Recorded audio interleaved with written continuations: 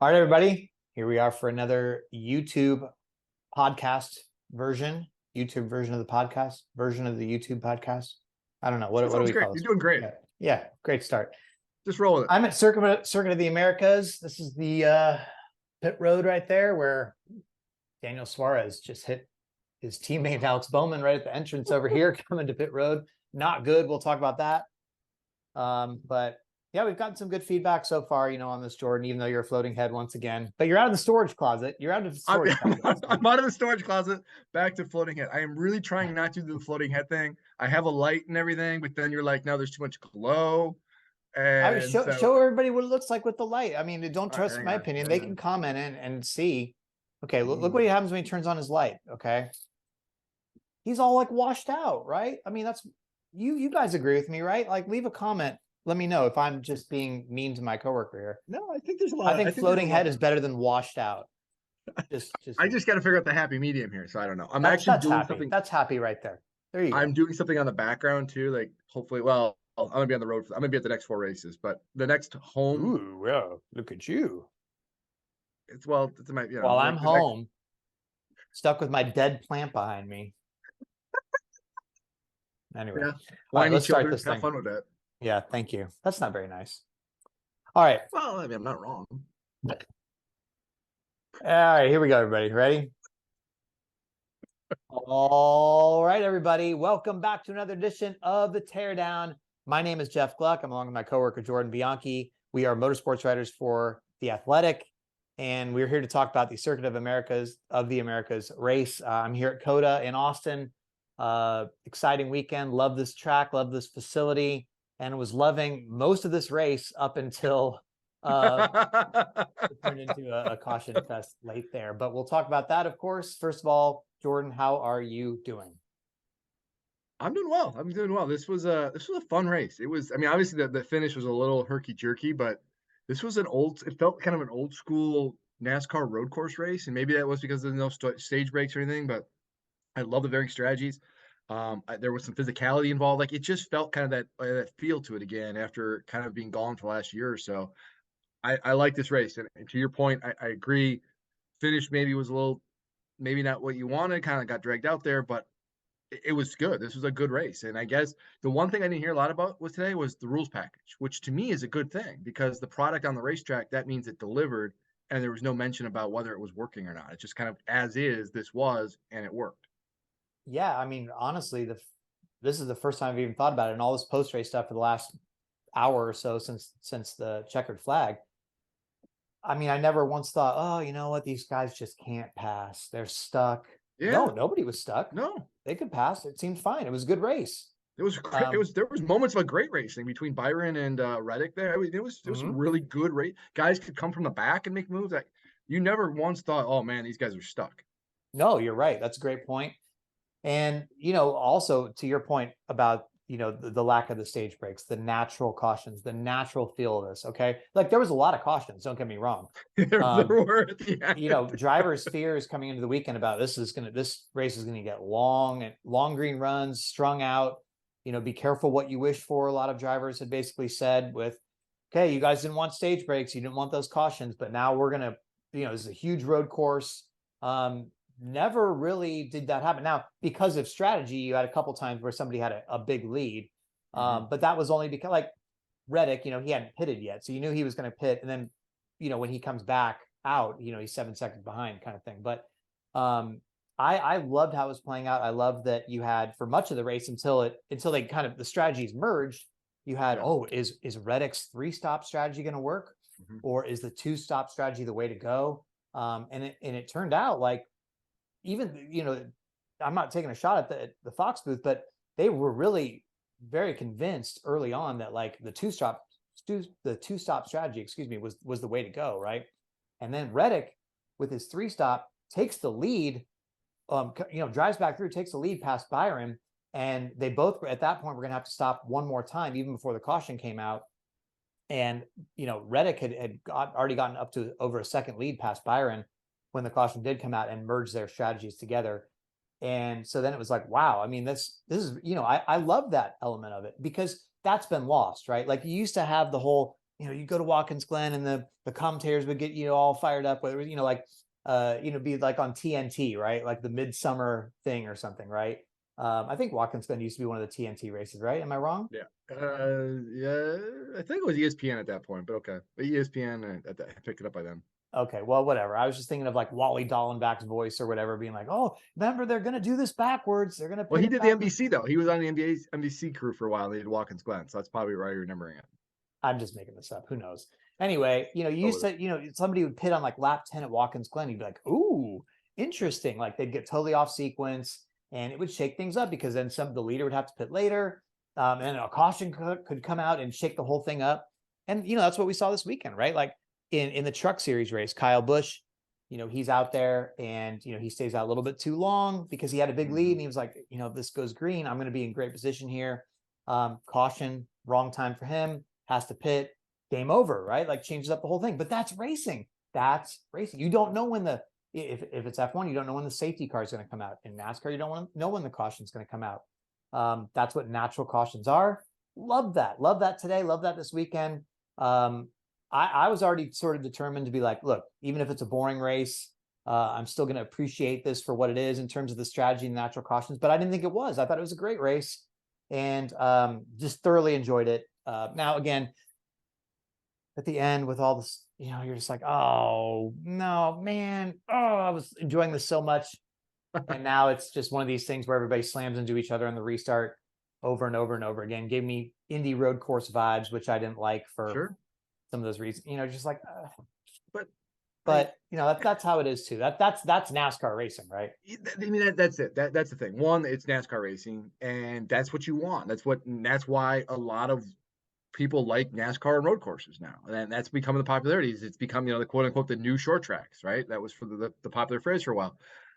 I don't mind it to an extent. Maybe got a little silly, but it's also like, what do you expect? Like, I guess to me, it's like you've got this big opportunity to pass a bunch of cars. You can dive bomb guys. You can go 3, 4, 5 wide into a turn. Like, and it's a really tight radius too. Like, it's almost a 90-degree corner. Like, you're gonna have you're going to have these moments. It's like you kind of got to manage your expectations. And I was going to ask you, and I don't feel like this, but there were some people, and I had a couple industry folks, message me during the race, like, "Oh man, we got to be done with COTA. We got to be done. We can't go back to COTA. This is embarrassing." And I'm like, I didn't get that sense. Like, yeah, like turn one was a little wonky in the overtime, but again, overtime near the finish, like guys are going to be aggressive, right? I mean, that's the way it's going to be. It's no different to me than like a Martinsville restart late.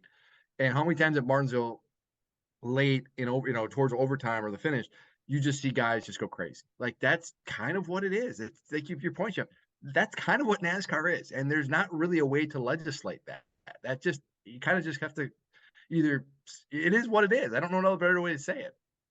Well, I mean, look, first of all, it's not just a NASCAR thing, right? Like certain tracks around the world Sure. are designed this way. COTA is designed to have action, right? Yeah. I mean, that was for They F1 to have deliver. action. But you could look at, okay, you're saying, okay, let's not you're saying this, but somebody would say, let's not go back to COTA. Well, okay, but you're going to the Indy road course and you're cool with that. It's turn one the opposite way. That's only got one more year left, Jeff, before they go back to the oval. So Okay, well then Portland, they're putting a lot sure, into Portland, sure, right? Portland yeah, turn one, you come down there and you do that little chicane yeah, thing, and they all yeah. pile in there. I mean, that's I mean, for IndyCar, that's for yeah. NASCAR, whatever. I mean, you got turn 11 at, I would say turn one. It's like through the S's and turn one there at Sonoma. The last corner was at turn 11 going to this, coming out of the tight hairpin there going to Chick-fil-A at Sonoma. Like these road courses, a lot of places are set up. And, even go back further, one of the great IndyCar road courses was on an airport at Cleveland, and they would go 4 or 5 wide. And St. Petersburg has got this a little bit, like the wide restart, and kind of everybody kind of funnels into that corner. Like that is what people want to see. That's how a lot of these tracks are designed. That said, that's not what I want to see. If you're talking about action on road courses, I mean, you used to have it like, I mean, look, I guess another example would be turn one at Watkins Glen, right? Where everybody goes Sure. down that hill and goes that way and you get some action there. But it's one thing to have, like say two guys going for it like at Watkins Glen or something, right? And somebody gets booted off or whatever, and there's some action or they bang doors or something. But when it's just so expected, the whole field's just going to pile in there and all use each other up. I mean, Alex Bowman on pit road afterwards said, this is embarrassing. Like, it's embarrassing to have us race like this. And, and he said, what are we supposed to do? So let's say I want to be the clean guy. This is what Bowman was saying. Let's say I want to be the clean racer and, give everybody room and all this stuff. Well, everybody behind you is just going to take advantage of you. It's dog eat dog. Yeah. You I mean, can't. You can't. Like, you get bounced around and you get taken advantage. If you are conservative and you try to race clean, you are going to get eaten up and bounced around and used. I mean, that is just the way it is. But I don't disagree fundamentally with what he's saying. I get it. I mean, we don't want to, but how do you fix this? Like, I don't know. That's the thing. I mean, Jenson Button and Jordan Taylor afterwards, and they came first. Kimmy, he didn't really seem shell shocked, but the other two were shell shocked. Like, they were like, I mean, Jenson Button, he said he was close to getting out of the car, just heat exhaustion wise and all this stuff. But he said what really surprised him even more than that was just how aggressive these guys are. They will hit you anytime on the track. He said he would be kind of just doing his thing, and think, well, that guy's behind me, but we're racing for 28th or something, and somebody would like come in the corner and knock him out of the way, like hit him hard. And he was like, and Jordan Taylor said, I took more hits in this race than I've taken in my entire career combined. Like, they were both like, wow, I cannot believe the aggression these guys use and race with. And, asking about the restarts and stuff like that, like Jenson Button said, look, what impressed me about these guys was, their car control, or where they can put their car and their skill. Not as impressed on some of the lack of respect stuff. I mean, he said, and the only way to fix it, he said, is to penalize this stuff, and they're not going to do that. And I don't know how you would do that anyway with 8 wide and everybody. You got 20 guys coming down pit road to serve penalties at once. Like, it just is. The only thing I could think of, maybe possible, I don't even know if this is even realistic, is maybe single file restarts. But I don't even know if that matters to some extent, because you still would get guys fanning out and probably going at least 2, if not 3, maybe 4 wide. Like, you would. So I don't even know if that's a fix necessarily. Maybe curbs it a little bit, but probably not entirely. I was thinking about that in one of the late overtime restarts. I was like, should they just go single file at this point, just to, but I think also NASCAR was like, no, we're not going to give away our like sort of highlight reel moments and stuff. So yeah, and you're right, because I mean, people would still fan out, and somebody might dump the leader anyway. Second place could just drive in harder than the leader, but it would reduce maybe the amount of cars involved, like you said. I don't know if that's the solution. I don't know if there is a solution. I mean, it's just this is the box they're put in, and I don't think any. I mean, I guess we should start talking about the Chastain, Bowman, Suarez stuff, because I asked, so Suarez, as you guys saw, you've probably seen by now on the in-car camera, he was very upset afterwards after getting bumped on the final restart, or one of the late restarts. I think it was the final restart, and comes down pit road on the cooldown lap, bumps Chastain out of the way at the entrance to pit road, and then really rams Bowman as they're sort of everybody's on pit road at that point, walking, crew guys, media, officials are there. And, it was toward the beginning of pit road, but he rammed Bowman at pretty high speed, and there was an official there. And if that goes wrong, the official's getting run over. So first of all, I hate that. Unfortunately for Suarez, that was a bad decision. He's going to get penalized. 100%. As he should get penalized. I mean, I don't know what that is, if that's a fine. I don't know what that is, but unfortunately that's going to cost him something. But afterwards, so he comes down, he gets out of his car, and he goes straight to Bowman, and Bowman's kind of like, dude, like, me, go look at your teammate. So then Suarez changes direction, leaves Bowman, and he walks down to Chastain. He kneels at Chastain's car, and they're talking for a while. And then Chastain seems to get like, all right, I'm getting out of my car to talk to you. And, I tweeted the video, but I mean, there's gestures, there's, like they were not happy. It wasn't like, oh, so talked to both of them afterwards. And Suarez is basically like, look, I mean, it's just ridiculous. I'm getting hit from all sides. I mean, this is, it's he was basically upset about all the contact from everywhere on the restart.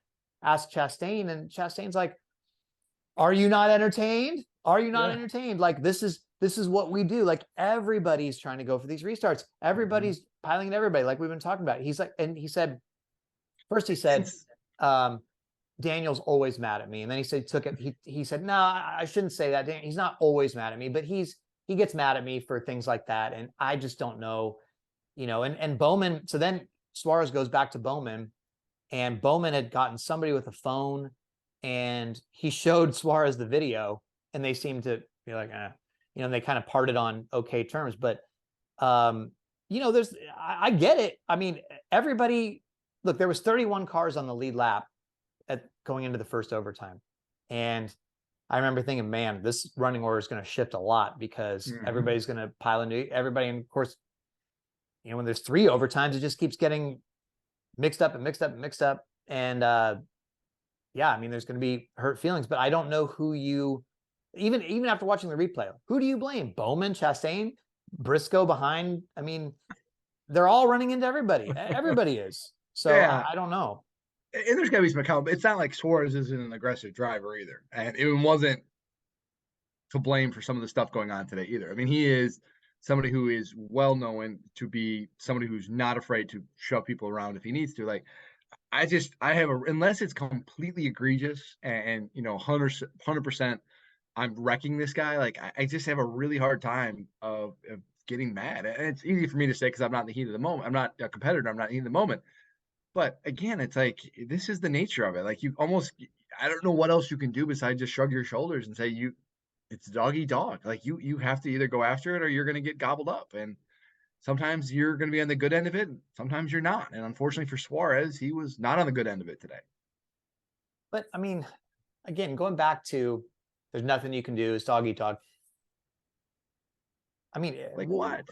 but this is not good though, right? I mean, they can't every road course race, every time there's a caution late in the race, it's just going to turn into this. It's just going to sort of devolve into this. It's not good. That's not It's not racing. Like every. even Kurt Busch said First that of on all, the I wouldn't say it's broadcast. every road. It's not every road course race. It's not. Watkins Glen is pretty clean for the most part. Except when Sonoma. Larson and Elliott got into it with their own Well, that was on a teammates last year on restart, the but I mean, they restart. weren't like That's what he I'm saying. didn't A like. late restart at a road But course. that was like a one. I mean, it's not like a continual. That was an exception, not the norm, right? I mean, they have good racing. To me, it's a lot about how you set up the corners. And like you look at Indianapolis, and it's a very tight right-hander. Here is a very tight left-hander. If you don't give them a lot of runoff, you're going to have this. And I don't know. I mean, this is what people love this stuff because you go back, like when Tony Stewart, was it Tony Stewart that put Brian Vickers on top of the tire barriers at Sonoma? Like, people go crazy for that stuff. Or Marcus Ambrose and Brad Keselowski slamming into each other. Or Brad dumping Kyle Busch at Watkins Glen. You just have these moments of hard racing on these road courses. I don't know how you take this away. Like, how do you legislate this? You like, I don't see. The only way you're going to do this is one of two ways I see it. Maybe I'm wrong. One is you get rid of road courses altogether, which is not happening. Or two, you start throwing out penalties left and right. But again, how the hell do you like legislate who's doing what on a restart when a guy 4 rows back slams into the guy in front of him and it's just this chain reaction thing? Like, I don't, I really don't. I've said this before. I say it again. I don't. I want to take NASCAR officials out of rulings. Like, I don't want them. I don't want them to start ruling balls and strikes, and especially on stuff like this where it's just you're never going to get it right ever. So maybe that's when you say, okay, well, we either need to go to single file restarts at road courses, or like Sure. you could say after the completion of stage 2, all restarts at road courses are single file. Maybe that reduces some of the carnage because a lot of, Yeah. remember, there was restarts earlier in the race and this didn't happen. Everybody raced each other really nice and clean for those, right? Like those were, and even the drivers afterwards, like, I mean, it started well. We all were racing each other and giving each other room and stuff. And it's only when it really comes down to the crunch time when you're like, this is it, everybody's going to go crazy. But that applies. But I'm sorry, but that applies a lot of places besides road courses, and that applies to Martinsville. It applies to Bristol. How many times at Talladega and Daytona do we say, late race restarts get just absolutely bonkers and it gets crazy? Like, I mean, this is just when you rave a piece of raw meat in front of a hungry lions late in the race, like this is what happens. Like, of course, this is. I don't feel like this is just a road course problem. This is it kind of goes back to the discussion we had with Lisa about etiquette and how accountability and everything like that. That's what this is about. It's not just road courses. What about ending races at the scheduled distance? No, Oh, you I go don't first. really know if that would. I don't really don't know if I that just would do I anything, but feel yeah, I feel like you're going to anger your fan base. yeah. I feel like you're going to do more harm. And I know there's some people that say that it feels like there's a vocal group of minority. The minority says, "Hey, let's end the races the way it used to be. It's old school NASCAR." I just think if you be careful what you wish for, and when you Yeah. get a couple races and you see that, you're like, like I just don't think you can in this day and age. I tend to agree with you. I mean, I'm not really sure how I feel about it. Maybe there's some sort of a compromise in there, like a one attempt at a green white checkered, because this would be an entirely different podcast and discussion today and feeling of the race as a whole. If Reddick had been taken out of one of those restarts after, like, he clearly deserved the win, right? Like, he was the Yeah, fastest car of the weekend. He raced his way to the front. He held off the guys on several restarts, and a couple debris cautions trigger this whole chaotic mess. If, like, let's say on the third overtime restart, after surviving all that stuff, somebody just piles in and just takes him out, cleans him nearly out. happened. I mean, but you would be like, oh, that's come on. What are we doing here? This is not Yeah, even close to real racing. Like, you know what I'm saying? So, maybe you just need to reduce the chance of that happening by saying, all right, look, we're going to give you one attempt at green white checkered, but then that still doesn't solve the problem of people, intentionally spinning, or, a Harvick wrecking Bane at Talladega like that. There's whatever to purposely end the sure. race. Then it's a whole thing, right? So Yeah, I don't know how I feel about it, but it just feels like I'm not gonna do too much pearl clutching over today. But what I am saying is, if every road course race, like let's say the Chicago street course race, right?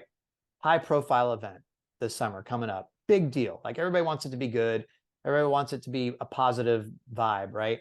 Let's say end of that race, it's just the track gets blocked over and over again. Everybody's just piling into each other. And it's just like, oh, what's can going I on? put money on that happening? By the way, Well, it all depends if there's a late caution to bunch things I up. just yeah. I Because think again, there's not going to be any stage cautions. So is there going to be a late caution? If there not been a late caution today, this is a fuel mileage race. That's a yeah, completely which would have different been a vibe, whole right? different. Then Reddick's probably not gonna. I don't know if he would have won. It would have been interesting to see because it looked like It would have been fascinating between the 99 Byron. and the 99. Well, they looked like what the 45 and the 24 were really kind of on the They had just wrong passed side of it. Byron when right before that Yeah, caution came out. and And Chastain and Suarez looked like they had enough. So it'd been interesting. yeah, I mean, they had all pitted on the same lap, but it seemed like for whatever reason, Suarez and Chastain were getting better fuel mileage. Could Reddick have saved enough? I mean, that would have been super compelling, but it also wouldn't have been, again, the narrative would have been completely different. But the Yeah. one caution comes out, and it truly just opened the floodgates for everything else. So Yeah. craziness. But again, maybe that's what some people want, but I think it's a different group than, because I saw a lot of positivity today from Twitter saying, this is so refreshing. Do this for every race. Get rid of the stage cautions. Like, this is Amen. I great. said that on our earlier podcast this year. Like that was my hot take. I was like, I do not like stage breaks in general. I look at a lot of the races on the schedule, super speedway races, Pocono. You go back to the oval at Indianapolis. Like, get rid of these stage breaks. They don't do any good. Well, I mean, they do. I mean, there has been some exciting moments. I mean, like at super speedways, you almost get like a mini race toward the end there. The intensity But you heats up. still can though. Like you're still awarding Yeah. points. I mean, Yeah, you're that's not true. That's eliminating. true. You're not. That's true. I Yeah. just don't like. I just don't like the break. I don't like the elimination of strategy because it's not just short tracks where it hurts, like super speedways and Pocono. It hurts the strategy calls there. Like it just eliminates it basically. I could get on board with that. I mean, if somebody's going to say, let's start a movement for getting rid of stage cautions altogether, keep the stages, fine, Yeah, absolutely. That's fine. but get rid of stage breaks. Because again, one reason that they were billed as such in the first place is this is going to give TV their TV timeouts, and we're not going to have to take as many full screen commercials, blah, blah, blah. I mean, that didn't really happen. So, I mean, I think, yeah, it gives TV some extra commercials, but okay, fine. Just fine. Take 2 more full screen breaks, but don't stop I agree. Cause it becomes too predictable. And it introduces a lot of randomness in terms of when you pit, and who knows what's going to happen. But I don't know. Yeah, I could get on board with that. I'm on board. I've been with touting stage it I've been breaks. touting it for a while. Like it feels unnecessary. It feels very. I don't see the point. Like I'm fine with them trying it to see if it works. I don't feel like it accomplished its mission. I'm fine with giving points. I think there is some incentive there. It does make the racing a little bit better, but I just don't think you actually need the actual cautions. You had a really weird one today, though. Really weird circumstances. Probably is not going to happen again. Stage 1, basically what happened, and this was fascinating to me because so the stage was ending as they were coming to green. Yeah. So it was the opposite, right? Instead of ending the stage, under caution, they're starting the stage under caution, essentially. So the choose rule, Yeah. that was what decided the first 5 rows. And then I asked NASCAR with this. I checked on this. So NASCAR said, I said, so do you just say, okay, whoever's in the first 5 rows, that's the order of the stage finish? No, that wasn't the order of the stage finish. It was whoever got the best restart and came across the line that way. So if you were, say, like on the outside of your row and you got a better restart than the inside guy and you crossed the start line first, you got that position for the stage. So that was not something I ever thought of happening. No. But that's next time that happens, now that teams know that, I think there's going to be a wreck on the restart, probably, because people are just going to be like gunning it. They're like, this is first stage point right here on the green. If that happens again. Now the odds of that, that was a pretty weird thing to happen, but still, like, that was kind of a weird, I know that's pretty inside baseball, but still, I mean, that's a stage point. It could matter. And also, and I was going to say lane choice leader, too, yeah, if the leader chooses a different lane, right, and then he lets the other person beat him to the line, because it's not, you can beat the leader to the line as long as the person goes in the restart zone, right? So let's say the leader goes and you get a better jump on the leader, you just won the stage, you got a playoff point, even though that was the leader. That's, wow, interesting, very interesting. Didn't know that was a thing. Anyway, should we talk about Tyler Reddick? He won the race. Yeah, why not? I just want to put out on The Athletic this week, I called him a dark horse title contender. I'm feeling really good about myself right now. It's interesting because I was all going into this weekend picking Kyle Busch, because I said Kyle Busch is getting in the 8 car that Tyler Reddick won with twice last year on road courses. And now you put Kyle Busch in that car. Like, no offense, Tyler Reddick, but like Kyle Busch, he's great too. And you put him in that car.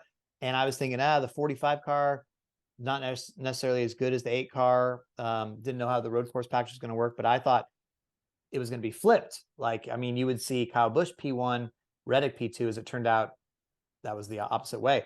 Turns out, actually, Reddick's pretty good. Really good. He is so good.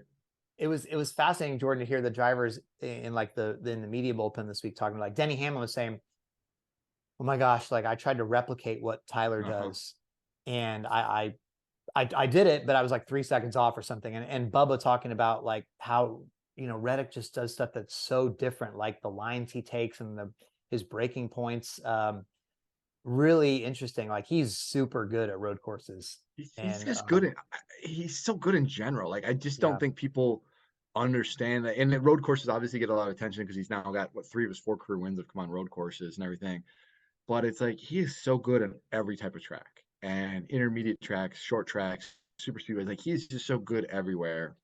And you go back to last year, and it's like he could have won 6 races if things wouldn't have gone sideways with mechanical failures or tire, whatever. It's like, he is a guy, like, it just feels like he's just ready to burst. And last year was kind of the start of it, and it just feels like I would have bought, if I could have bought stock in a driver, it's like he's the guy I would have invested all the money in. And I think Denny Hamlin is so, and I said it, and then I wrote about it, I think Denny Hamlin was so smart to go all in on him and get him early. Even saying like, hey, we don't even care if we can't get him in our race car next year. Like, we just want this guy. When we can get him, we want him because he's that good. He is a franchise player. Like, he is got talent. And no offense to Kyle Busch, but it's like you're saying like Kyle's a, you think Kyle's gonna win because you're Kyle Busch in that 8 car. It's like I'll take. You know what? You give me those two. I had to pick one of those two drivers right now. I'm taking Tyler Reddick. Like I just feel like that. Like he elevates his team. And Kyle Busch is an all-time talent, but I just feel like there's just something about Tyler that just captivates me. Like I just think he is so good. Well, I mean, when you come to a road course where the driver can truly make a difference, right? I mean, it's still a lot of car, Sure. to be sure, but I mean, the driver can truly take it into his own hands at a place like this. And I mean, if you have an exceptional guy, like a Reddick, and he can do that at some other places too. It's sort of the worn out tracks where he can run the wall better than other people. I mean, that's sort of what we want to see, right? Like when you watch a race, you want to see the drivers. You want to be able to like look at a car and be like, wow, look at whoever's in that car. Look at what they're doing. That's cool. That's a driver right there. You know what I mean? Like if they're all, it was like sort of with the 550 package and some of that style of racing where if everybody's flat out the whole time and just sort of running the same line, you're like, I don't know if that's like a Hall of Famer in that car or a guy that bought the ride or what, right? I want to see guys show us what they're made of and show us their talent and show off their skill. So that's why it's cool to see somebody like that be able to take the car in his back. Because I mean, let's be fair though. I mean, 2311 and the 45 car in general. I mean, they haven't had a very good start to the season overall.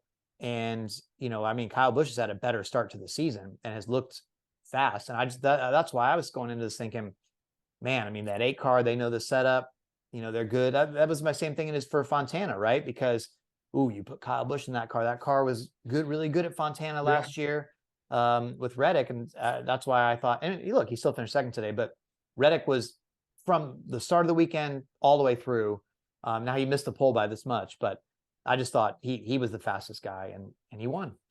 Yeah, and I hear, that was a little bit of the narrative post race was like he's had a slow start to the year, and undeniably he has, but it's not like they were running bad. They just had bad luck. They got crashed in the first 2 races, not any fault of Tyler's. They came into today's race had on consecutive top 5 finishes. Like you could see that the speed was there, like the performance was. They just hadn't had the results, and so I feel like sometimes people fall in love with the results, like oh he's not finishing well. It's like cool. But if a guy's running well, I'm going to take that over the long haul. And they have been running well. They just haven't been able to finish races. And it just, you felt like this was coming. And it feels like this is going to be the start. And you look at how the schedule sets up. And Toyota's going to a track next week at Richmond where they're really, really good year in and year out. And Bristol Dirt's coming up. But it's just like, I feel like we're going to have a year where we're going to be talking about Tyler Reddick a lot. And we talked a lot about him last year. But I feel like this is going to be the follow up. I feel like the encore is going to be even better than the original was. Another thing about Reddick winning on a road course, and another week where the fastest car has won, which has happened on several occasions this year. You're every time that happens, you're losing a chance for one of these outside type fringe playoff guys, say like an Allmendinger, like, and they'll have more chances, but somebody like that to get a playoff spot and surprise us and go, wow, I don't know if that guy was going to make it, but now he won, so he's in. Reddick, we all thought he was going to make it, right? So, when things like that happen, you're just like, oh, interesting. It just adds to the sort of storyline of the season so far, which is that it's getting back to more of the people you would expect. And really, for a lot of this race, I mean, when Jordan Taylor qualifies, top 4, you're like, oh, wow, maybe that's going to be, some new names in the mix. And like you had Noah Gragson fairly late, up in the top 10, and after all the carnage, like a Todd Gilliland finishes in the top 10, things like that. But for the most part, you're looking at, you're like, there's not really any sort of underdogs up there. Like McDowell is not leading this race. Chris Buescher is not leading this race. You would, most of the day when you looked at the top 5 of the running order, it was like, yeah, no, I would have thought he would be up there. Yep, that guy too. Yep, that guy too. You know what I mean? So it's interesting how even with the new package, you come to a road course and it doesn't really mix things up like it did last year. Like it's the people you'd expect. And I think that's again going to be sort of the trend from the season, from what we've seen so far. It does feel like the quote unquote underdogs, the smaller teams is just not aren't going to have the same opportunities they had last year, where you would have an Eric Jones pop up and all of a sudden, they were really fast a couple weeks and they were able to get a win.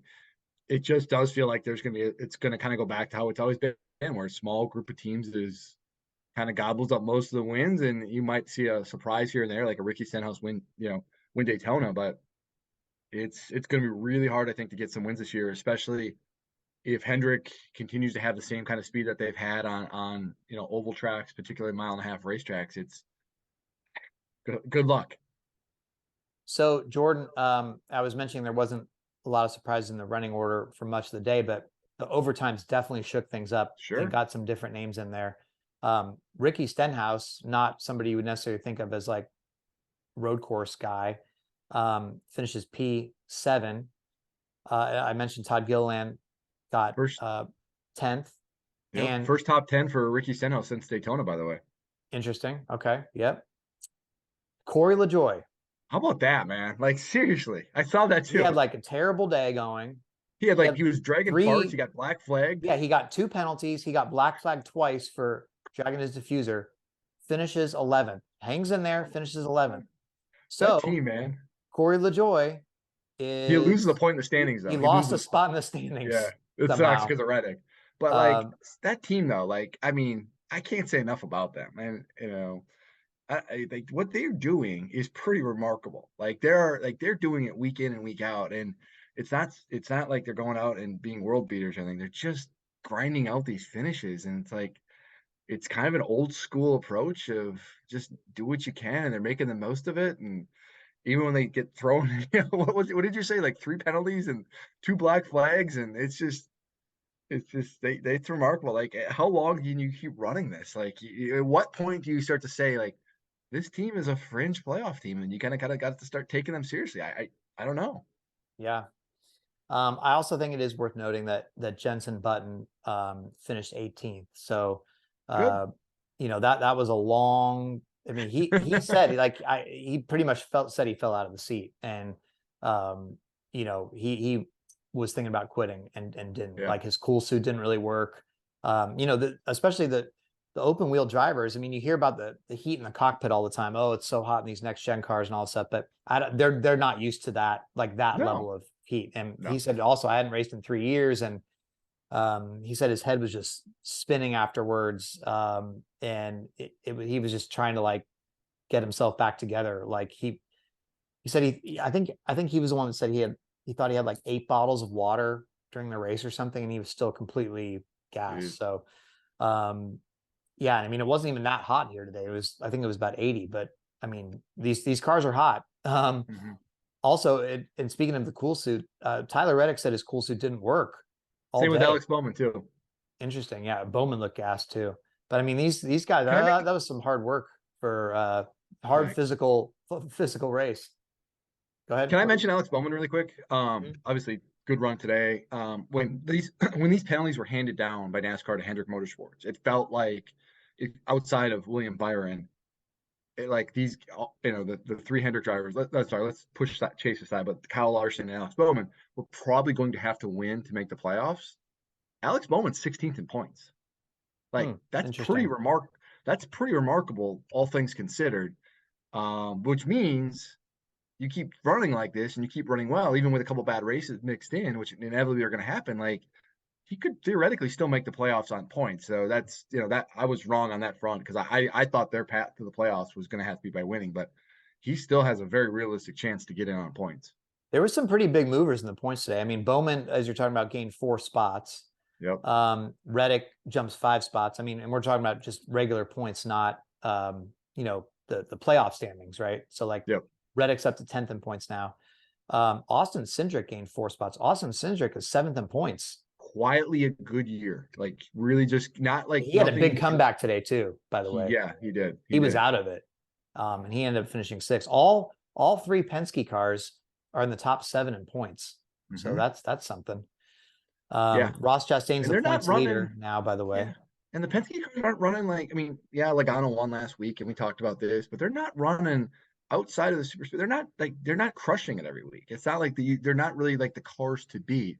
They're in the mix and they're running in the top 10, but they're not somebody that you look at, wow, these guys are on it, which I guess speaks well to them that Blaney and Cindric are still where they are in points, and they're not killing everybody on speed. Man, how about Jimmy Johnson? Doesn't even get to he didn't even have a full lap. He didn't even finish a Oh lap. man. Gosh. And it Oh wasn't like man. he did anything wrong. He was just driving on No. like the inside and just got taken out like a car coming Yeah. across the track. Like, and that's it. It's just crazy. I mean, I Yeah. guess one thing you could say is, well, that's Qualify why you don't better. qualify back there. Right, right. Yeah. But I mean, that's rough. It Bubba is. I Wallace agree, but also rough because I mean, 2 weeks in a he row. he had speed. Everybody, he comes in for his media session after a good qualifying effort and good practice, and everybody's joking around. Oh, who's driving that 23 car? And he was very pleased with like, hey, he's making some progress in road courses. Tyler Reddick has helped him with the setup, obviously, and helped him make some gains. And then he goes out, and I was thinking, well, maybe oil got on his tires or something like that, right? Like, how could he just miss the corner? It didn't seem like he indicated from TV like he just screwed up. And what do you say? Yeah. Driver needs to be replaced? That's not good. Driver needs to replace 2 weeks in a row rookie mistakes. When you go back to Atlanta, he did spin himself out, and he was the only guy really kind of to do that. And at Atlanta, it's really tough because that's a racetrack where you feel like he's going to be in the mix. Today, he's got better on road course. He's put in the work, and you have bad days like this, and when your teammate goes out there and dominates and wins, like that probably runs some salt in the wound a little bit of. And Bubba can be hard on himself, overly so, and he's probably gonna really beat himself up a little bit, which is, if you're that team, you got to figure out a way to keep that spirit up because Bubba runs better when his attitude is good, he's feeling good, he's laughing and joking. When he gets down on himself, it tends to snowball a little bit. So this season's way too early, and I still think they have a good chance to make the playoffs. But you got to. This does feel kind of like a little bit of a moment where you gotta kind of stop it a little bit and turn this around. Yeah, he loses 3 spots in the standings down to 19th. I mean, he's behind Ty Gibbs in points. He's behind Michael McDowell in points. He's behind LaJoy in points. Yeah, again, when you see your teammate go out and do stuff like today, that's not good. So, Yeah. but I mean, I think if you're Bubba, you kind of look at maybe like a Kansas or a Michigan or places Sure. like that and say, well, there's a lot of good Charlotte. tracks for us. Oh Yeah. yeah, like So, there's plenty of time. Like, and that's why I don't think you have to panic. And that's there's just it's still early and a lot can happen. And frankly, you just need to win one race. And I do think they're going to be okay. There's a lot of speed in those race cars. I think he's going to be okay. But you don't want to see this happen. Can I give a quick shout out to another guy too, real quick? How about sure. Todd Gilliland? Like, I mean, you mentioned Yeah. top 10 finish today, but that's a guy who's 24th in points now, like ahead of some pretty notable guys. Todd's racing for his career. I mean, he really, in a sense, like he doesn't have a ride guaranteed for next year. We know Zane Smith is over there. Like, you don't know how he's going to sort out of all this. And like, he's doing a pretty good job of kind of getting the most out of what he can out of his equipment. And frankly, that I think it's a good comparison. I think you mentioned it before, but like comparing him to like Harrison Burton, who's another sophomore driver, and he's beating Harrison pretty good, most weeks straight up. And it's pretty impressive what he's doing over there. Yeah, Todd Gilliland is only 1 point behind Chase Briscoe in the point standings, and he's ahead of Austin Dillon, Noah Gragson, Almirola, Priest. So, yeah, I mean, for a guy that didn't even get a full season in his own car this year, you're right. That's making a positive statement for him. So yeah, we'll see. I mean, there's a lot to be left to be determined, but it also feels like, again, especially like with Richmond coming up, with Martinsville coming up, Bristol Dirt, Bristol. that's kind of different. But How excited are you for Bristol Dirt, Jeff? oh yeah, it's really, really excited. By the way, can I just say something? Another thing, real quick. So many people have mentioned to me that they were now doing these video. We're recording the video, we're doing the videos. They are very, very excited for the Bristol Dirt No, podcast. I So won't rap. No. no, no, no, no. They don't even Oh, care. No one's actually said anything about the rap, oh, which is a whole gotcha. different Okay. conversation. Okay. Though, well, hang on. We'll revisit an idea I had here in a second. They are very interested to see your facial reactions and how you react to Bristol Dirt. Yeah, we are doing this on YouTube now. For those of you listening to this and not watching us on YouTube, we do have a YouTube version of this. So Yeah, that's nice, Jordan. I'm glad people are excited for that. I might have my camera break that week by coincidence. Don't worry, I'll overnight you a backup one just to make sure, so we're all good there. Actually, let me, Mhm. you know what? I have a great idea, and I've thrown this idea out to you before, and you completely dismissed it. But I'm going to put you on the spot. Come to Bristol Dirt, be a professional reporter that you are. Come to Bristol Dirt, and then after the race, we will do a live podcast in front of the fans, and they can see your reaction firsthand. It'll be great. It'll be a first live podcast we've done with an audience. All right. Yes, just say yes. Just say yes. Well, you need to talk to our boss who controls our travel Done. budget. So, I will pay for it out of my own pocket oh, gladly really? Oh, to see okay. this happen. I will put you up at the nicest hotel in Bristol, which isn't really saying much, but I will I put was you up gonna anywhere say, you. wow, thanks, Jordan. Uh, I will pay for whatever you want. I will take care of it. I just want to see you at Bristol Dirt, and I think give the people what they want, Jeff. I'm good. I think I'm good. You know, I'm good. Why don't you pay for like a actual race, a real race or something if you want me to go to a Oh, race? Anyway, Richmond next weekend. yeah. I'm not being closed-minded on this because, like, look, it's probably going to be a lot of long green flag runs, a lot of strategy like last year, but like there was some, the way that Denny Hamlin played the strategy last year and things on, you can drive through the field if you pit an extra time or whatever, things like that. And with the short track package, we don't know. It might not be bad. It might not be terrible. So I don't know. I'm not out on Richmond yet. I'm not, like previous years, we go into Richmond, we're like, oh, it's going to be bad, and it is bad. But I don't know. Maybe there's some hope here that the short track package can do something. I don't know. What do you know? It's good. It's good to have. I don't know. I mean, it's good to have optimism. I hope so because it's tiring. I Like didn't say I have you, optimism so much as I'm keeping an open mind. open How about mind's that? good. It's frustrating now. I mean, it's Richmond needs to be better, and it's long been said that, and it just keeps being the same repetitive thing, and it's frustrating because there are so few short tracks, and when you have one that doesn't continually underperforms, it's just like it makes it really hard. And in an era of consolidation, when NASCAR's rightfully taking dates away from tracks that have two that probably don't deserve it, like it's fair to say that Richmond having two dates is they don't deserve it at this point, and you don't want to see that happen because we don't have a lot of short tracks. Jordan, do you think NASCAR will come back to COTA, and should they come back to COTA? I do think they come back to COTA, and I do think they should come back to COTA. I think it's a good facility, it's good racing. Second year in a row, I thought the race was pretty good. Memorable finishes back to back years. You can speak to the crowd because I was not there. It's a good market. It's a good city. People are getting excited. We had friends there, mutual. Like it's Austin, Texas. If you're a NASCAR fan, you're looking for a destination race. It seems like this is a good opportunity to do that. There's different. We talk about extracurricular stuff there. It just seems like this is a good thing to have. And when you're looking for your races to be events and to kind of stand out, COTA stands out. And the other part of that is too is like if you take away COTA, where are you going to go? Like, there's not really, if you're going to add another road course, okay, where? Like, there's not really a road course out there that really jumps out to me, especially at this time of year when there are so few tracks that have the weather. You have a better chance of having good weather there than most places. Like, I just don't know. Like, you can't go to the West Coast because you just were there for 3 weeks. Um, you don't. I don't know. It just it fits. It checks a lot of boxes, and sure as hell, it's better than anything that Texas Motor Speedway offers. You had to throw that in there. Am I Um, wrong? no, but I felt bad this weekend because like our guy David Hart, the Texas Motor Oh, Speedway I PR love rep. David.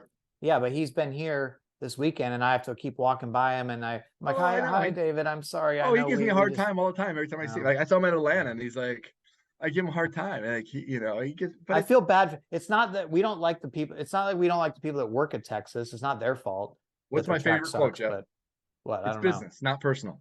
Oh, well, yeah. Anyway, so I'm in agreement with you, and I think also that this is a big place for corporate sponsorship. I mean, there's so many like tech companies and things that are in Austin now. Also, the existing sponsors like to come down here. There's a lot of suites here. It's very high end. This racetrack, obviously, even with the permanent, F1 brings in like a lot of temporary hospitality and suites, but even the permanent suites here are really nice, and really well done, first class. Probably the nicest of any track that we go to, I think, or close. So, I think people love coming to Austin, like you said, and the crowd seemed pretty solid to me. I mean, I didn't get a chance to walk around the entire race today.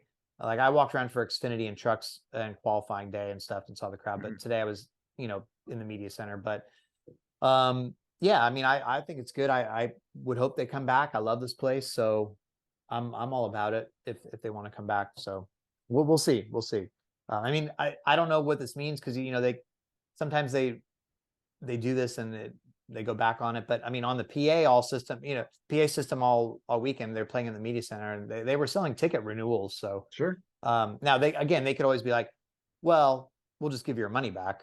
You know what I mean? Like, just for the record, Texas Motor Speedway did that last year with the All-Star race, and we know how that turned out. yeah. So I mean, you're right. It Yeah. doesn't mean anything, but they're selling ticket. I mean, people were buying ticket renewals for next year. So Yeah.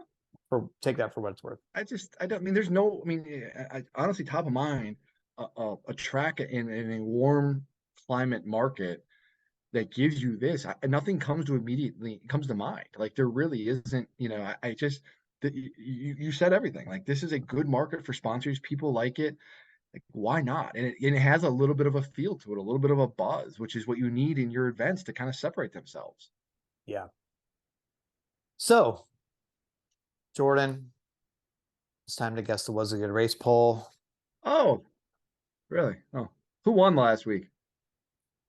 Listen, folks, sometimes when you try to get cute and Price is Right things, you Price is Right things the wrong way, which is what happened to me last week. So I lost again. Big Joe Wall 72 keeps track of our scores. He notes that you being 4-0 now start the season after we forgot to do the first two races, but surely I would have won those, right? Yeah. Anyway, sure. yeah, you have now. He says you've now doubled the previous longest streak to start a season of the Was It a Good Race poll guesses. So you're undefeated, 4-0, and yeah, you're just on quite a roll here, Jordan. So for a while I thought this was going to be the best race of the year, or so far, which would be topping Fontana's 89.9. At the end, I wasn't convinced of that. So where do you come down on what the Good Race poll is going to turn out to be this week? This is hard because you're right. Like, there was a part of this your stretch you felt like I didn't think it was gonna be Fontana. I just didn't think it was gonna get that high, but I thought it was gonna do really well. And then I think how this unfolded at the end is probably gonna change people's minds. 72%. Whoa! Wait a minute! Don't do that. Are you trying to give me a win on purpose? You're gonna go higher? Oh, it's got to be in the 80s, right? You're gonna go low 70s. I'm thinking I think the end there is gonna. I think the end is gonna sour some people. I'm not saying I agree with them because I don't, but I do think the end is gonna sour some folks. Do you think it was better than last year's COTA race? Yeah, I mean, well, yeah, because I think Daniel Suarez led every lap in stage one last year, and yeah, this was a better race. I thought I liked the strategy elements of it. I liked all of that. I will say, like, just to this out there were some people who did say like, "Oh, this is I miss stage breaks and I miss it's like really." I did see a little bit of that, but I felt like that was the minority. But yeah, I agree. They're wrong, but that's fine. I'm gonna go 72. I'm probably gonna lose. Okay. I'm cool with that, but I'm gonna go 72. All right. So here's my thinking. Last year's COTA race got an 84.9. Now, again, that was pretty thrilling, sort of last lap. I think that's there. the finish more than anything. This race was better than the finish to me. Like I liked the bulk of this race better than the overtimes, but I still thought it was good overall. So I'm going to go 85, right in the middle of the 80s. That seems too high for you? It seems really high. Well, I can't really. I mean, who am I to say, "Oh, Jordan, you were way off"? Every week. Because I know, you do it every week. I lose, and I lose every week. So that would be pretty dumb for me to just keep being like, "Oh, you don't know what you're talking about." It doesn't stop you every other week. True. Fair point. Very fair.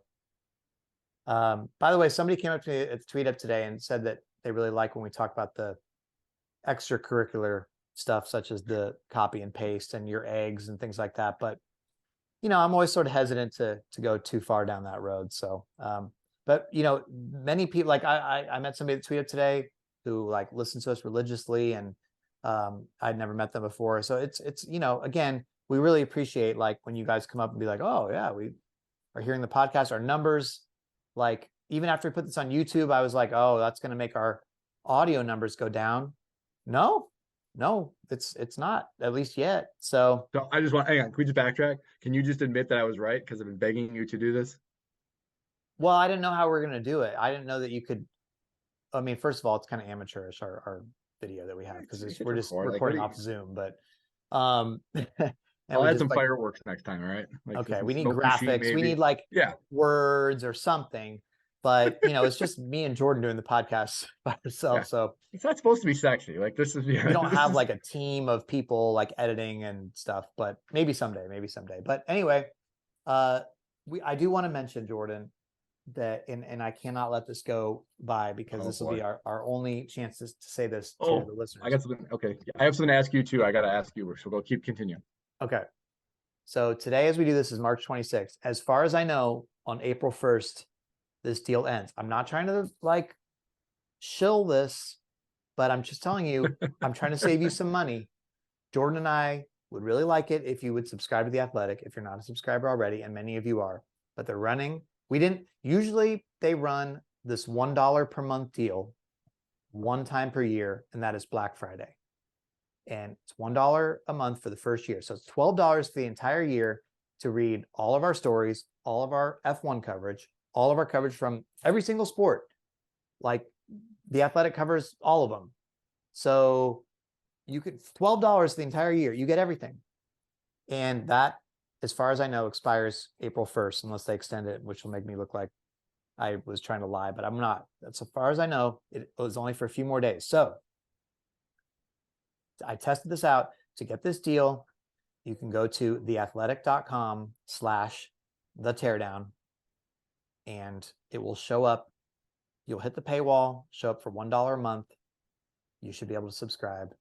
I'm not sure. Again, you know, if you don't want to subscribe, if you hate paywalls, that's fine. But if you were thinking about doing it, you're not going to, it's not going to get any cheaper than $1 a month. So, I mean, I'm not saying Jordan's worth $1 a month. I'm not. But you are. I'm not. You Jeff's worth $2. Please, I'm worth please. $0. Oh, okay, sure. I'm not. No, I'm just giving Jordan a hard time. Jordan does great work.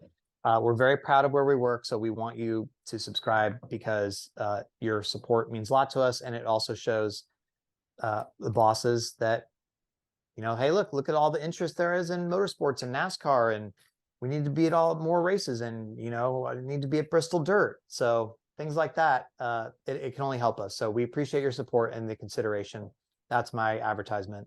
Sorry if you're already a subscriber and this doesn't apply to you, but thanks anyway. So there you go. What were you going to say?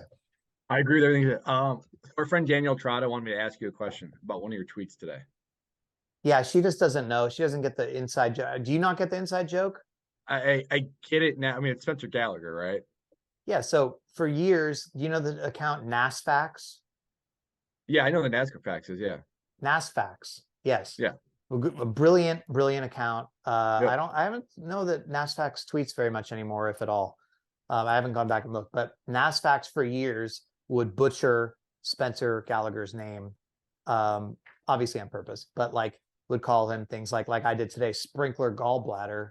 And Spencer Gallagher's own name on Twitter now is, let's see, what is this here? 23. His Twitter name is 23 Speed Racer. Like that's his username, right? But his actual name on there is Spindlematic Galvmatron. So I tweeted earlier today, sprinkler gallbladder says this, and a lot of people were like, whoa, when autocorrect gets you, or you know, like people thought I messed up or like autocorrected or something. No, I didn't. No, that was intentional. I was going along with this has been a Twitter joke for like 10 years or something. So anyway, maybe people are maybe I'm too online, but Yeah, yeah, sprinkler 100%. gallbladder bladder tweeted today, so I just thought that I should throw that out there. Okay, I was That's confused by it all. too. It took me a minute too. At first, I'm like, I Yeah, it just seemed like like most people. nobody got it, and then everybody just thought I screwed up, and everybody's laughing at me. But it's fine. It's fine. You know, Okay, that's good. I I was guess just, that maybe that's trolling. Is that trolling? yeah. No, it's not trolling. It's having fun on Oh, Twitter. It's social media. Like it's people calm down people. Like and our friend Daniel Trotter, who we love, was just asked me to ask you that. So okay. Yeah. NASFAX does still tweet, so I don't know why I he doesn't haven't do it very seen. often though. He just Yeah. started. He looked like I just looked. He like there was a pretty. He just started like this week again. Like and before that it was December. So Oh yeah. Okay. There you go. So that's why I've missed him. NASFAX, really. Well, also, pro tip. Okay. This is something that many people have already discovered. But if you're new, if you don't know what I'm talking about, go to the NASFAX Twitter account and go look at who he is following.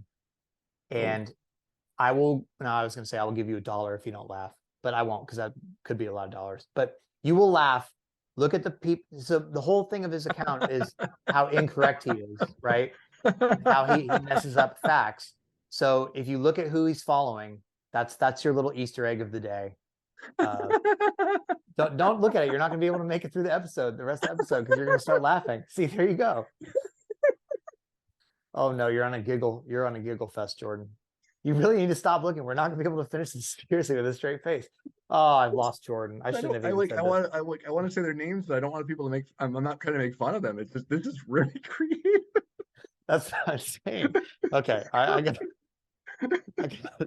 Or it's ruined. See, this is what happens. Don't, don't look at this account if you don't want to laugh like this. Okay. Anyway, all right, we better go. Richmond's next week. Everybody, thanks for listening. Talk to you next time on the Teardown. See everybody. All right. See, okay, we ruined this. I ruined the end of the episode by telling you this. No, that was Great, good. That though. was genuine. Now I That's have good tears in stuff. my eyes. Okay. Oh, Anyway, all right. Hopefully, I don't know. YouTube, did we do a good episode or not? I don't know. we'll see. But we do read your comments on YouTube, or at least I do. I don't think we're still Jordan does. recording on YouTube? No, I thought we were done. Oh, okay. Well, just say bye then, and I'll just. Bye. I thought we were done. All right. Bye, All right, guys. see you, everybody. Bye. Bye.